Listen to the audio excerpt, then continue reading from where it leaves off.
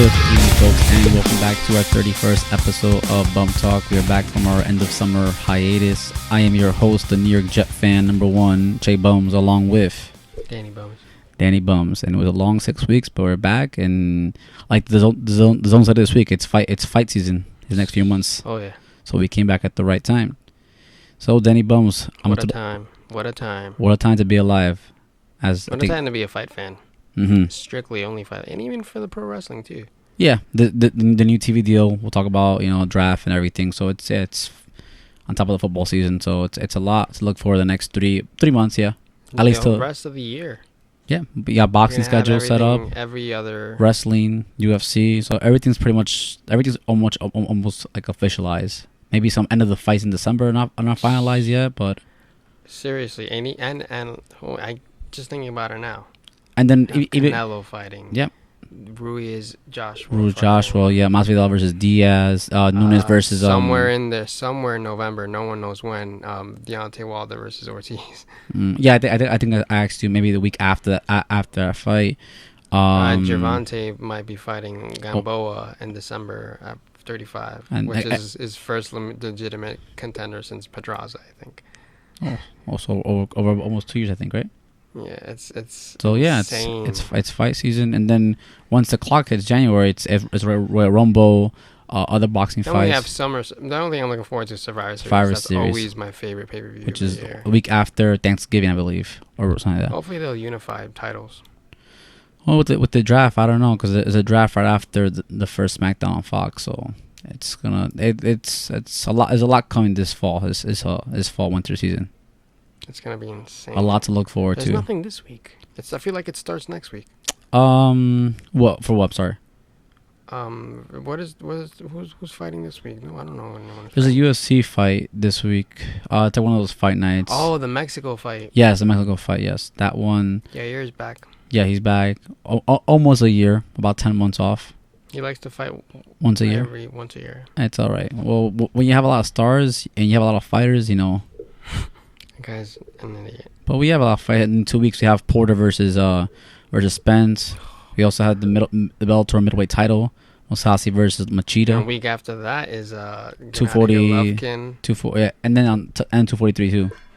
And Clarissa Shields. Yeah, trying to get a third division champion. It's a lot of fights. Beat Lomachenko to become three division champ. There's a lot of fights we gotta cover. A lot. Shit. All right, so let's get to it. Well, let's start with Friday night. Friday Night Lights. Here at the Theater of the Garden, we had Devin Haney's USA's very own Devin Haney. First fight under the zone banner. Am I correct there? Second? Okay. All right. Abdullahi, I don't know if I said his name right, but it was for the WBC mandatory for lightweight, which is 35. For Lomachenko has that, so he's basically the number one contender. Or no, actually, the way the WBC played it. That's a green belt, correct? Yeah. Right. Is that they made it an interim. Oh, I thought I read. Which is really weird because 2 weeks before that, the WBC crowned its champion. Why would they create an interim? WBC politics, but it's terrible. So what I read on paper and websites, it said asterisk. It said WBC title eliminator. That's what I kept reading the whole week. That's how it should have been billed, not as the interim thing. I think it's more the title eliminator. Yeah, cause I think people are completely starting to ignore the interim shit because it just doesn't mean anything. Yeah, because everywhere I read, whether it was a website, it said WBC lightweight title eliminator. Which I think Loma should fight him because the thing is Loma's waiting for the winner of Teofimo Lopez and Comey for the last belt. The IBF, and that's gonna happen towards the end, like November. In a couple, I don't know, September, October, I don't know, in the remaining part of the year. Mm-hmm. And then he's looking for the undisputed fight sometime in the first quarter of the next year. I'm like, well, how about he just fights Devin Haney in the interim, and then fight, so he gets rid of that, because the plan is for him to become undisputed and then go back down to 30. He wants to become Thanos, all right? Right, and then yeah. But we always talk about this. But hey, Devin Haney. Crazy star, could become the next biggest star, U.S. biggest star in boxing. Do I think he should have left PBC? I'm not sure. I know they're really, really good at building American stars. Yeah, because they're homegrown. But I'm interesting to see what Matchroom does with him. Mm-hmm. I'm pretty sure he's definitely a good. He can definitely give Loma some work, if not beat him. Because if you've noticed, and this just shows the greatness of Loma, he's about to unify the division, but this is not his division. He's not looking crazy stellar up here, because it's not really his division. Because he's originally 130, right? Yeah. That's where he shines. That's why after he unifies, he's going back down to 30. Maybe if I tank. So I think Haney's for him is a dangerous fight for Loma, but congrats to him. And I hope he does get the Lomachenko fight. He deserves it. And yeah. And just two things. We've seen in the past that Eddie Hearn has worked at Top Rank ESPN. Yeah, they work at you. When Loma fought, before the previous fight, Loma fought that British guy. Yeah, Anthony Corolla. Yeah, so there is a working relationship. Obviously, it's all background deals and all that stuff. And a couple of weeks ago, the Ramirez Hooker fight. Yeah, he was there too. That was on DAZN because Hooker was for unification at 140. Okay. That was for DAZN. Light welterweight, yeah. Yeah, at 140. And it happened in DAZN. And Ramirez is a top rank guy, but you see what he did. He took the belts and he brought him over. So Eddie Hearn, obviously, they work with each other. Ruiz is PBC, so obviously Eddie Hearn, I think he's able to, be, who? Eddie Hearn working with Andy Ruiz from Andy Ruiz being PBC. Oh, he has to so because of the rematch. But I remember Devin Haney's last fight on Showtime. It was early this year. It was a Friday night fight. One of those show box fights. I'm eager to see what happens. Should Ruiz win? Because there's already a mandatory for that title, and it's Kubrat Pulev, and he's an ESPN guy. So if Ruiz wins, obviously he's going back to PBC. Yeah. So they're gonna have to work with Top Bob because Bob is promotes or co-promotes Kubrat Pulev. Pulev? Yeah, and obviously Ruiz would be the A side, so they'll fight on his platform, which is PBC. PBC Showtime, yeah. But and then obviously pending Wilder Fury, what happens in the first quarter of February 2020. So there's a lot of Wilder's got to get through Ortiz sometime in November. But congrats to Devin Haney. I'm very young like kid. This kid. He's 20. I remember his last fight on Showtime. He's 20 years old. I mean, look at Andy Ruiz. Look at the young guys. I'm just in general. Ryan Garcia. Jamie Jaime Muniga also very young, so we'll talk about that. But they're relatively they're all they're pre-prime. They're young players. They're young fighters, sorry. But these are guys that this is not in their prime. They're just basically they're out of teenage years. So there's still a lot for them to go. But we'll see if they build Devin correctly. I feel real fast. I feel like in DAZN under Matchroom, I feel like there's more prospects in DAZN. Like more prospects, more guys coming up as opposed to like PBC Showtime, and Top Rank. I don't really watch too much, but I feel like the zone has a lot of more of those up and coming fighters or those prospects to say per se. Yeah, I don't know. I feel like I don't know. The thing is, what? Ultimately, boxing is at a really really good place with these three big three companies: ESPN, Fox, and DAZN. Mm-hmm. But you know what? I like something that Bob said. It's going to be easy to make those fights because it's not the issues was always HBO and Showtime. Now it's Fox and ESPN. They work with each other all the time. That's true. For other sports, so it's going to be easier. And I believe that because these are like Bob said. He goes these are real. These are the real thing. These aren't like HBO and Showtime. They're these private little baby, green babies and stuff. I wonder why PBC's on Fox because CBS owns Showtime, so I would assume that PBC would be on CBS. Well, the thing is, they had a market to fill up after UFC left, so then WWE and PBC said they jumped on it. Yeah, that's definitely a good idea there. But congrats to Devin Haney, his first fight at New York City, the theater, not MSG, but I'm sure eventually he'll get his opportunity to maybe headline. Years old, he freaking destroyed that kid. He broke his. It was crazy thing that they were both undefeated. And Devin has like 12, 13 fights, something I think. The original plan was to make, I think Haney, because the thing is, it was completely BS. Because it's really quickly, I'll complain about this. it was a vacant title, Okay. right? Because Mikey had left it. He left 35. He's going to fight either 40 or 47. So the obvious thing to do is you do number 1 versus number 2 in your rankings. Yeah, usually how it works. They had the number 1 fight a unified champion. The number 1 fight And the champion. BBC wanted that because they obviously want Loma as their champion. Of course. And that's BS. So it should have been Campbell versus Haney or Abdullayev. But Abdullayev couldn't do it because he was Ramadan. So they said, let's put Haney in against versus Campbell. Yeah. No, WBC said that we want Loma. But he already has 2 other belts. Like, whatever. It's just like, it was the politics about. That's what bothered me about the whole situation. But whatever. Yeah. Whatever. What are you going to do? It is what it is. But yeah, congrats to Devin I feel Haney. like the only fair governing body is IBF. They don't play. They don't care. They don't really They care. don't care who is your champion. They'll give you rules. They'll So strip you. So they're by the book, basically. Yeah, they're the most by the book. And not to get all racial, but they're the only ones that are not owned by Hispanics. Really? Because I know you told me a lot of them is run or managed by. BCBABO, they're all Mexican, I think. Get out, really? They're Spanish. Yeah. Wow. I think, I don't know. I can be completely wrong, but yeah. And I'm sure they also have a board, so obviously. Yeah. So we're moving on to For Friday night, we went to Saturday, which we had a couple of fights. We had a UFC fight, and we had 2 big boxing fights on 2 different platforms.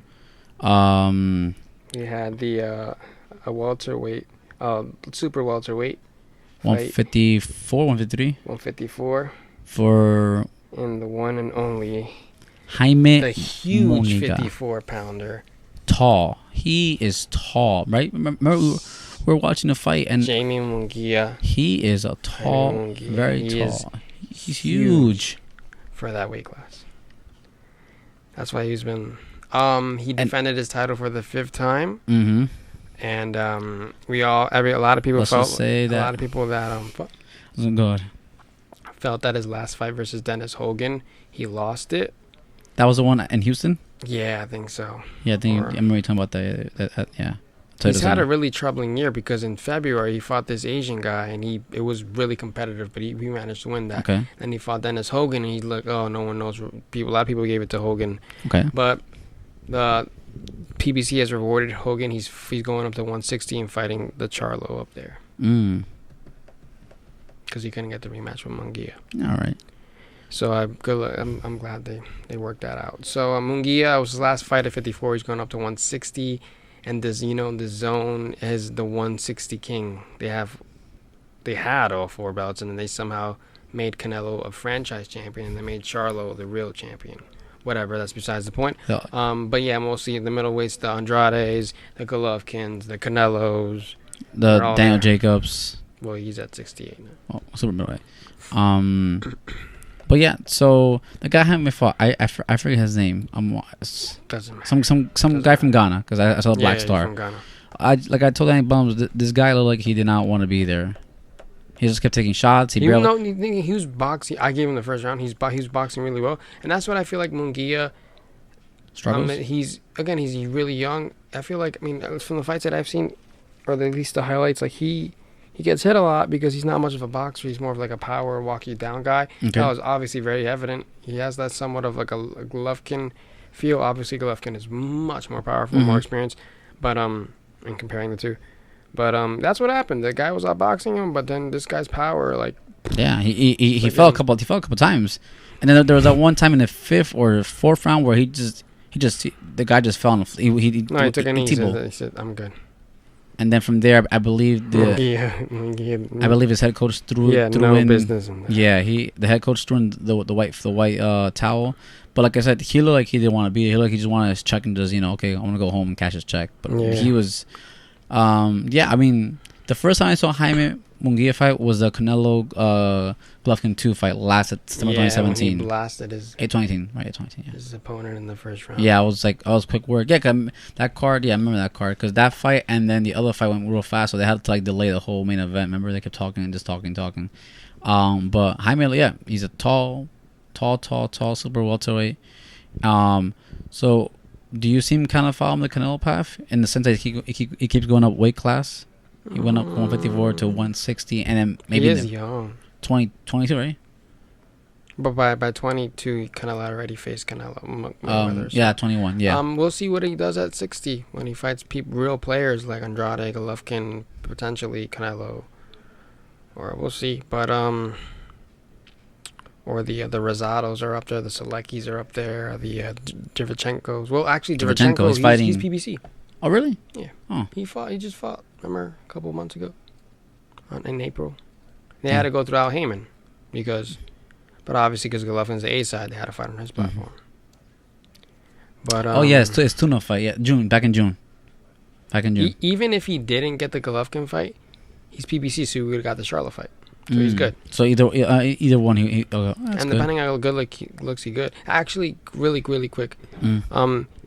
So when Canelo got caught with the steroids, Golovkin had 3 of the belts. He had the IBF. This is what tell you IBF does not play. They said, all right, then your mandatory is Sergey Derevyanchenko. He said no. I'd rather face Vanes Marozzi, and he was stripped of it.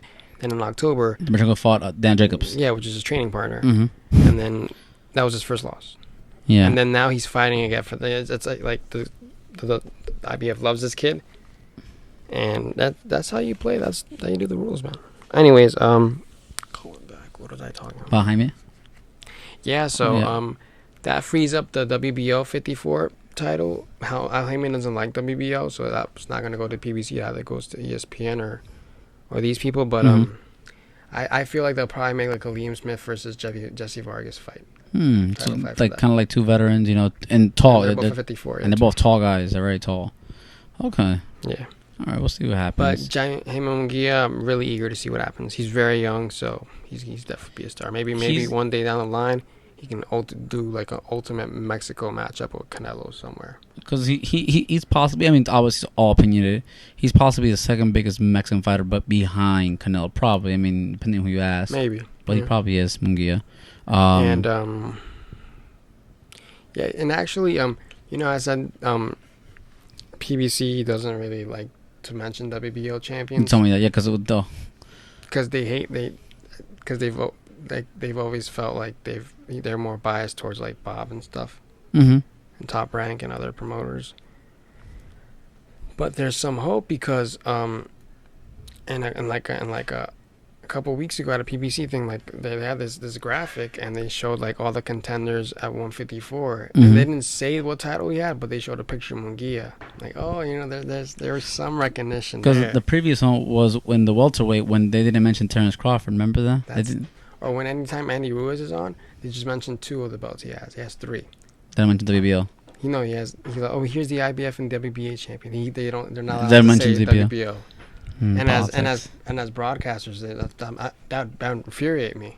Well, remember, they're broadcasters. They have producers, and producers tell them, okay, this is what you gotta say. But that's how it works. That's crazy. So how much power does Al Heyman have over the actual shows?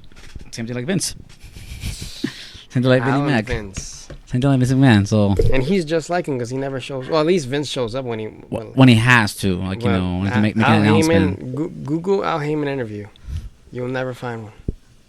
Oh, Vinny Mac, yeah, but yeah. So congrats, and that made sense because Canelo wasn't fighting, so they needed like somewhat like a Mexican probably the second star. Biggest, and they were gonna put Ryan Garcia, which would have been a great card, but which that was he's a such whole star.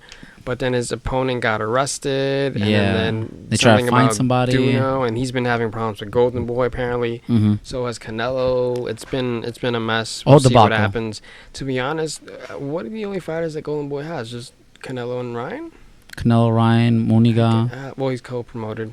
That I know that top, yeah. Dave Lemieux.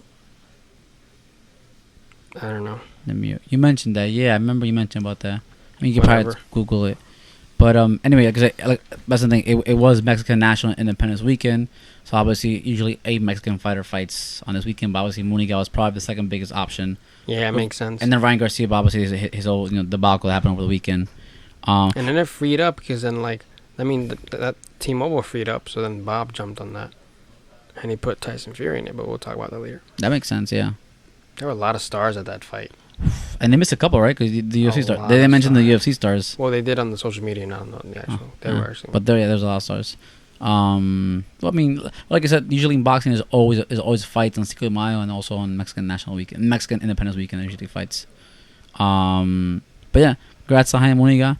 You know, like eager to see what you do at 160. 160. We'll see what the plan is. Maybe early next year. It's already September, so we'll see what the plan is for him and his. Now we're gonna jump around and go into the octagon.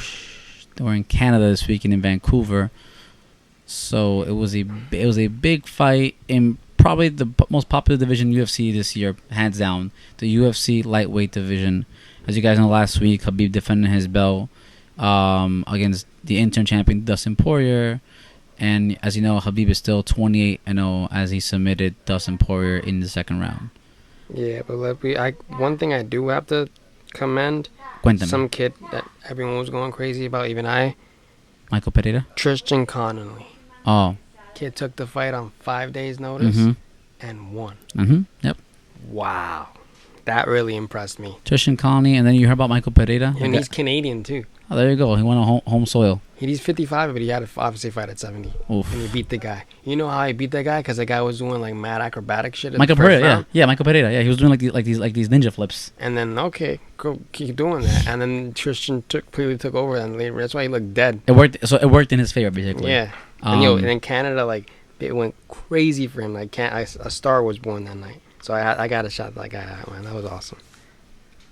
And I believe that was on the main card too. I think. Yeah, that was on the main. I think like, the first or second fight. Yeah. But like I said, this is probably definitely this year the most popular division, probably in the men's division, UFC lightweight division. You know, Khabib. You can mention any name: Khabib, Conor, Tony, Justin Gaethje, Cerrone, Raging Out. It's probably without the most popular division in the UFC lightweight division. But we had a critical lightweight fight this weekend. That was Tristan. Donald. Oh, there you go. And he had the trunks on too. Canada. The red trunks, yeah. Oh, Canada. That was great. I was so happy for that guy. Oh, Canada. That looks good in the company too. Oh, of course, especially homegrown soil fighter. But so we had a critical fight in the lightweight division this week with Justin the Highlight Gaethje, or aka Homer Simpson, versus the record-breaking Donald Cowboy Cerrone in a pivotal lightweight division fight. Yep. What a turnaround for Gaethje too. Knock out. Yeah, TKO. TKO in the It was crazy round. because he was knocking him out, and then Gaethje, because that's his boy. Cowboy Gaethje screaming at the ref, like, "Yo, stop it! Like, stop it!" And he finally stops, and then Justin goes off on the ref. Like, what the hell? It was crazy. Did Dana say anything? You know how Dana gets with these fights. It was a first round knockout. I'd expect it to go longer because Cowboys had a crazy, like to do that to Aquinta, to win the first round against Ferguson, and Ferguson caught his rhythm, and when he catches his rhythm, it's over. Yeah. And one thing about Cerrone, I noticed that beat the shit out of that little kid and that kid, Alex Hernandez, and back in January. And back in January, and then he fought Raging Out in April, I think it was. Yeah, and he beat Raging Out, and then he took that Cerrone, the Cowboy Tony Ferguson fight. And then he fought a legitimate contender. Yeah, but where does Cowboy go from here? He keeps fighting, he's still breaking records. Most minutes in the round. I think the fight to make and the fight that was going to be made until he broke his hand was against Conor versus Gaethje. Yes, that was mentioned a couple times. Because the promotion with that would be good. And if Conor wins, he's back in the picture because Gaethje's been doing really good. He has. He beat Barbosa earlier this year back in Philadelphia. And they both can run their mouths. Yes. And I think Poirier and Cowboy would be good. I like, you know what, those fights make sense because obviously you heard Poirier last week. Oh, I think we should run back Conor. And then obviously on the top is Khabib and Tony. So I do agree with your matchmaking. I do like, especially now that Justin won, and Conor, I'm sure he's in the healing process of his hand. So that makes sense. But they all make sense. I can't argue with that. I do like Cerrone versus Poirier. Good fight. Two veteran strikers. Both are tall guys. Yeah. Who else is in the lightweight division? Those are like the top 6 guys, right? I mean, Raging Al hasn't fought since April, so who knows? He's fighting Dan Hooker. Dan Hooker, yeah. I hope he beats his ass. He should. He's the co-main, right? I think so. Raging Al's a star in himself already. Dan Hooker. Dan Hooker fought Barbosa last year or 2 years ago. Yeah. I remember that. Or was it? There's this guy's going back. Well, this guy, he said he'd fight. He'd go back if he can fight Islam. There's Felder. Oh.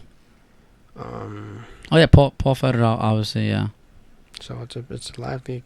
Lightweight division's always been. Yeah. I mean, I'm it's coming for a close for Khabib, because if Khabib beats Tony, he not only beat Tony Ferguson, he'll have the most title defenses at 55. No one's done it more than twice. He's already at 2. If he beats Tony, he has 3 title defenses, and that's it. So, and against Tony, imagine that. He can retire and say, I'm the greatest lightweight of all time. So no fight in the lightweight division. Granted, lightweight title is more newer than other divisions for the men division. So no, get out. More than 2 now. Damn. It used to be like that for heavyweight. And heavyweights. Yeah. It was like one punch and you lost. That's it. Yeah. Wow. I mean, that makes sense. I mean, because you beat Conor obviously last October. You just beat Dustin. You beat Dustin, who was mandatory, and then now this, because this whole thing with Tony has been going back since 2016. Like, they've been scheduled to fight multiple times, but then injuries on both sides. Times. So it's been a cursed fight. Now it's the fight. Now it's time to make it. But congrats. I think Gaethje and Conor makes sense. Yeah, and you know what? As great as Gaethje's been looking, you know what? A crazy thing. The way I like to look at it, it's like Conor destroyed the guy that Gaethje went to war with and lost. Conor destroyed the guy. Yeah. Who was that? Conor destroyed the guy. Eddie Alvarez. Just think about it like that. That's the way I look. I think. Yeah, that's so good. Look at it. You want to look at common factors, components. Look at Conor, and then you go and I know how it sounds, but look how good Diaz looked. And as being 3 years off the game too. On top of that, Conor, it was years ago, in a different weight class. Conor destroyed Dustin, right? Yes, back in 2014. Who did better against Khabib? Conor. So I feel like, I don't know how they made this about Conor, but I feel like if Conor finds that fire that he had, like in 2016, the Conor that showed up against Alvarez could have probably beaten or stopped Khabib. Okay, that's fair. That's fair enough. Promise you that. All that training he did in 2016, the 3 fights. Come on, man. 3 fights he's still gone. March, August. Anyway, what am I talking? Oh yeah, Justin Gaethje versus Conor has the fight to make December 14th. Most likely that might be that. That's what Conor tweeted today. He said December 14th. I'd be against Gaethje. But you think he'll co-main event Amanda Nunes and? No, he wouldn't co-main, right? I don't know what they're gonna do. But yeah, congrats to Gaethje. Yeah, big fight. I mean, and that's the fight. And one thing about Gaethje is that you can't knock him. Yeah, he came from a small promotion when we saw him fight, but all his fights have been, minus Michael Johnson, he's fought top guys. He fought Michael Johnson. He fought Eddie Alvarez. He fought Poirier. James Vick, I don't know if that's questionable. Whatever. He hasn't been the same since. He fought Barboza, and now he's fought Cerrone. So he's fought these top guys. Like first round finishers too. Usually when you sign someone, you start them. He's tough, and apparently he's a really good wrestler. We've never seen his wrestling. No, it's mostly like striking. Yeah, apparently he's a really good wrestler. He has a very. It's not unorthodox like Cowboy, but he has a wild style, to say at least. Very wild, yeah. And he can take. He's got chin too, so he can take hits. But yeah, congrats to him. Like I said, Danny Bones did the great matchmaking. I agree with all 3. They were all perfect picks, but obviously, money and all that stuff gets in the way, and I'm sure, But I agree with all those picks. I like Gaethje versus Conor, Cowboy versus you mentioned Poirier, and then obviously Khabib versus Tony Ferguson. If hopefully that can happen sometime soon before anyone gets cursed or weight cut, whatever it is, or some kind of injury. But yeah, congrats. Just thought it's so random. When Tony Ferguson was sitting next to Verdum, and he started talking to him in Spanish. What you say about me? You can't even talk Spanish, Tony. It reminds me. How's it going? Reminds me of that one time. I don't know how I got into this, but like leading up to a year ago.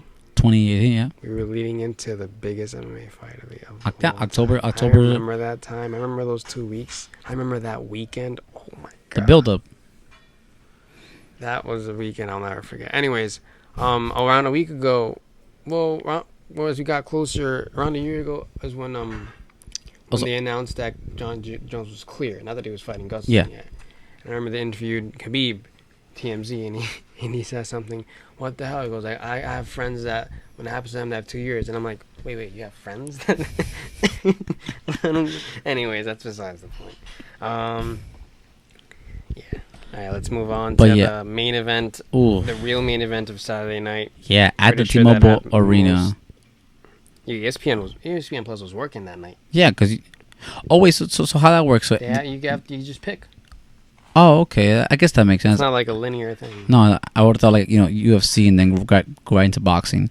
So while he puts it up, so this is Tyson Fury's second fight under the ESPN banner, and it's part of his requisition. I don't have requisition. Part of his I guess his demand for if he gone through this win, he would fight hopefully Deontay Wilder early 2020, and he had fought last June. I forget against nobody who he beat up. Shores, that was such a great display of he looked amazing. And then he fought this guy called is it Ali? Otto Wallin from Sweden, I believe. What a fight! That's fight of the year contender. I absolutely agree. And before the fight started, I remember I asked Danny Bums, and one thing Danny Bums said, and he hit a point it doesn't matter who he fights, he needs the rounds. That's why you're going against Deontay. You're not fighting some. He only had a round and a half last year. Yeah. You can say the same about Deontay. He only had half a round against Brazil. But that knockout was ridiculous, man. That's probably the knockout of the year. I'm sorry. Easily. Just the angle. The referee broke them up. That's it. The angle, the shot, the way that was just oh my god. I wouldn't wish that on nobody. Not Brazil's doing TV now because he can't fight. But Booker T is Booker T. So I asked Danny Bums, and he goes, "What he needs is the rounds for Wilder." And in my head, I'm like, he's right, but this guy's a nobody. So in my head, I'm like, it's gonna be easy business. But boy, were we wrong, because the first 3-4 rounds, his Ali guy was giving it to Tyson Fury. Yeah, and then when he cut him open, that was a punch too. That was a clean punch. His skin was right here, right on the brow. And then later in the fight, he got him right under the brow. He had 2 cuts. You saw a chunk of, and it was scary because he can. Well, because if it was accidental, and they can stop it, and it's a no contest. True. If it was from a clean punch, which it was, they can stop it, and it's a TKO. Yep. Like Terrence Crawford tweeted in the crowd, he goes, "If it was anyone else, it would have stopped." I was gonna say, so that's part of the politics. If it was another fighter, okay, fight's over. Bob is him. But you seen after every round, his cut man was putting like a pound of pound. You seen the new Mojab? I saw, but I didn't watch it. Yeah, Ben Davison puts like a whole one of those things, a whole Vaseline, and the referee tells him to take it off. And okay, and he that was a really good Mojab. Because you saw after every fight, like he after every round, he put a chunk of Vaseline, and sometime like in the 8th round, Fury went like this. He wiped it off. I don't know if you saw it. He just took it off. Yo, man. Fury showed his toughness. Well, that guy came to fight. But let me tell you, within the first 3-4 rounds, I was like, okay, maybe Fury's in trouble because he had the 2 cuts, and then he was kind of losing. Like, I was like, Yeah, the first half it was split. It was then the second half, it was a different fight. He just took over. That kid, he hasn't fought past the 10th round. Like he fought the 10th round once. I guarantee he gets more rounds in. He's gonna be a problem because a lot to do with it was a fatigue. He's not used. Yeah, and especially fighting someone like Fury 6'9". Yeah, so he's gonna be a problem. He is a problem. His stock went up just like Quinta went up. Yeah, Quinta. I say like that. Quinta's stock went up after the B fight. Yes. Same. This guy's stock went way up. I don't want to say a bona fide star, but definitely someone to look for. But it's crazy. Did you hear? This is the second time this year. A star. And this goes to show you how great these guys are. And no offense, how Anthony Joshua's not. Well, no, comparing Tyson and Joshua. Okay. These guys were lined up to fight bums. Yes. Nobodies. Yeah. Joshua couldn't. And then they got. Apparently, Andy Ruiz got blessed with a shot of the gods. He got a lucky punch on him, but he dropped him 4 times. I don't know what's so lucky about that. But it's but he couldn't get past it. This guy had crazy adversity, and he got past it. That just shows you what a champion is. Exactly. And you mentioned the shot of God. So I don't know if you read today. So Tyson Fury, it was I guess it was confirmed by an article that he had a panic attack before the fight. That's a troll. Oh, it was? Yeah. Oh, the article made it sound like he was in. Oh, okay. No, they're making fun of Joshua because those are the rumors. Oh, okay. Let me show you the tweet. I read the article. It made it sound like it was legit. I'm like, what? He had a panic attack? No, look. Rumors are starting to circulate that Tyson Fury had a panic attack in the locker room. And his now claim was that's all what they said about. At Lucky Punch about. Why do you think there's Saudi Arabia there? Okay. Because I read that. I'm like, no, they're trolling. I'm like, oh, I thought it was an article. But that's like goes to comparing to AJ. Like that's what a champion does, man. That Otto Wallin guy, his stock went up. Well, it's what also a fight. So you mentioned champ, but maybe it's also a mental thing too. You think it could be a mental thing? When's the 19th? The 19th of Press October. Conference. Ooh, next week. This week. Then Wednesday is Canelo and Kovalev press conference. Yeah. But that's a press conference for the rest of the year too, right? Like the last quarter, like the whole fight, or is it just for that fight? I don't know. 7 p.m. That's perfect. What am I doing Thursday? Because it's Eastern time here. So 4 o'clock in California. But so your question, one thing about Fury and Joshua is, and you saw it there. I think with Fury, he didn't give up. Yeah. You saw one thing that maybe Joshua doesn't have is the mental toughness. Because to me, Joshua he didn't want to fight. He's like just he was just hanging in there, and just he just lost. But I believe Tyson Fury displayed a whole lot of courage and mental toughness. Because like you said, like he in the first 3, 4, 5 rounds, he was down. The 2 cuts above his eyebrow and below his eyebrow. That could have been a lot of damage, a lot of. But then again, you saw in the 8th, 9th round where Ali Watson got a little dirty, right? Where he was rubbing the. That was fucked up. He should have got. He should have got a point deducted. But Tyson beat his ass. Oh no! I after the half point 6th round, the game changed. Yeah. I really thought, oh man, I think Ali has this if he could hold on. But kudos to him, like you said, he fought a good fight. It was a great tune-up fight for the possibility of fighting Waller in February. If Waller gets past Ortiz. He got through his test. Now this guy has to pass Ortiz. But I'll be honest, I wouldn't mind seeing a big knockout again from Waller. That's probably what's gonna happen. Just one of those, poof. Because like once you figure out your opponent, I don't know. Especially when you're 50 years old, right? No one knows how old that guy is. Joe Rogan said he's been 40 for a decade. So you do the math, guys. No do the math. How old he is. Do the math. But he's a great fighter, man. But congrats to Tyson Fury. By the way, let's talk about his swag coming into the fight. He had the sombrero and everything. Came like a little chariot, and then some lady was singing the Mexican national anthem for him. Yeah. So he said he loves Mexican people. So, but congrats to they said the lineal champ, the lineal heavyweight champion of the world, Tyson Fury. So all we need is that. So we need one thing. We just need Fury to win this fight in November, and then in February we'll get La Revancha Part 2.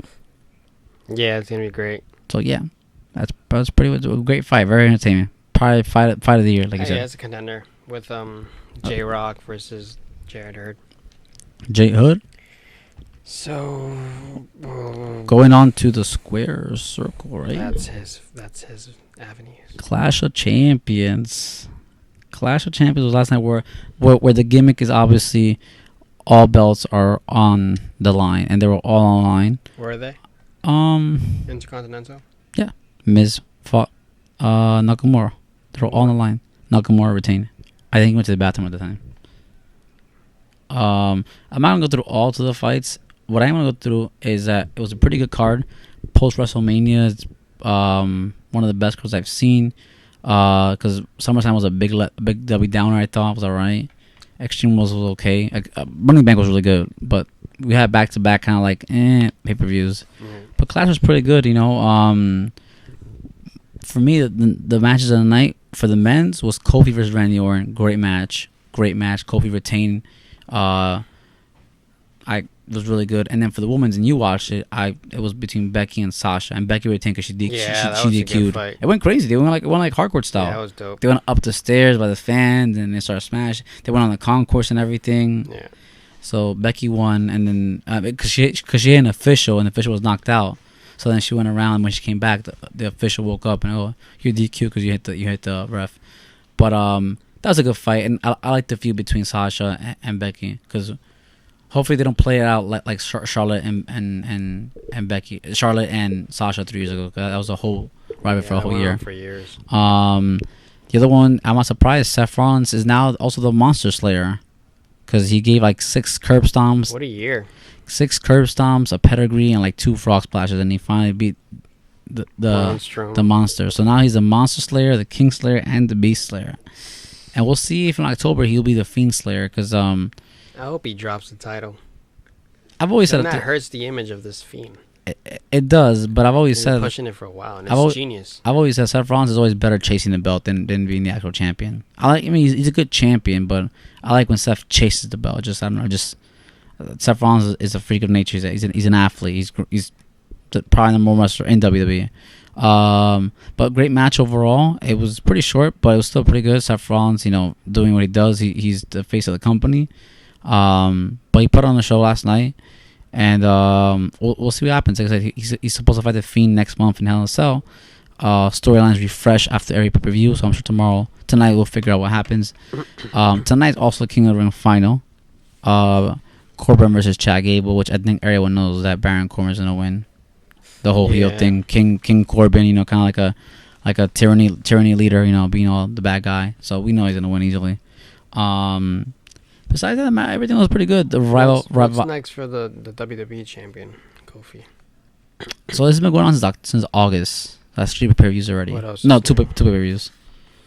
Did AJ retain? He did. He fought in the pre-show. He fought Cedric Alexander. Oh, that's right. It was like 4 or 5 minutes. One of those pre-matches. He retained, obviously. And then you saw that first match where it was pretty obvious that Seth and Strowman were going to drop the belts to Dolph Ziggler, and what's this guy's name, Bobby Roode.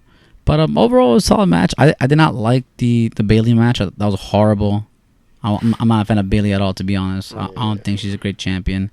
Everything was pretty decent, I think. The big surprise probably was Roman Reigns losing a match. That was great. Yeah, I thought that was the biggest moment of the night for me.